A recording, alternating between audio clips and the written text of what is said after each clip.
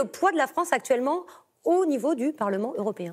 Alors pour ce qui est du nombre de députés, la France est plutôt bien placée, Anne-Sophie. Nous allons en envoyer 74 au Parlement européen. C'est le deuxième plus gros contingent derrière les 96 députés allemands.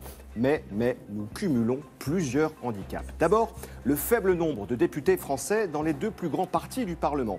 Au sein du Parti populaire européen, le PPE, les Républicains ce soir ne pèsent pas lourd face aux Allemands de la CDU qui devraient être 3 à 4 fois plus nombreux.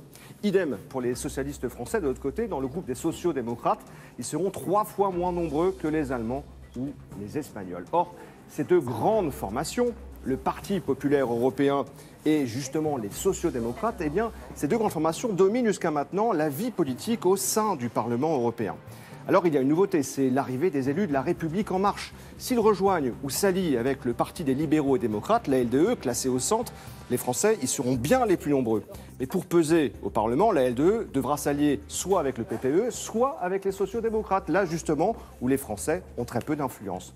Alors pour comprendre notre faiblesse au Parlement européen, il faut aussi prendre en compte le poids des élus du Rassemblement national. Il y a 5 ans, le mouvement de Marine Le Pen avait déjà envoyé 24 députés, soit un tiers du contingent français. Mais leurs difficultés pour trouver des alliés et former un groupe rapidement les ont exclus des négociations pour les fonctions importantes au sein du Parlement.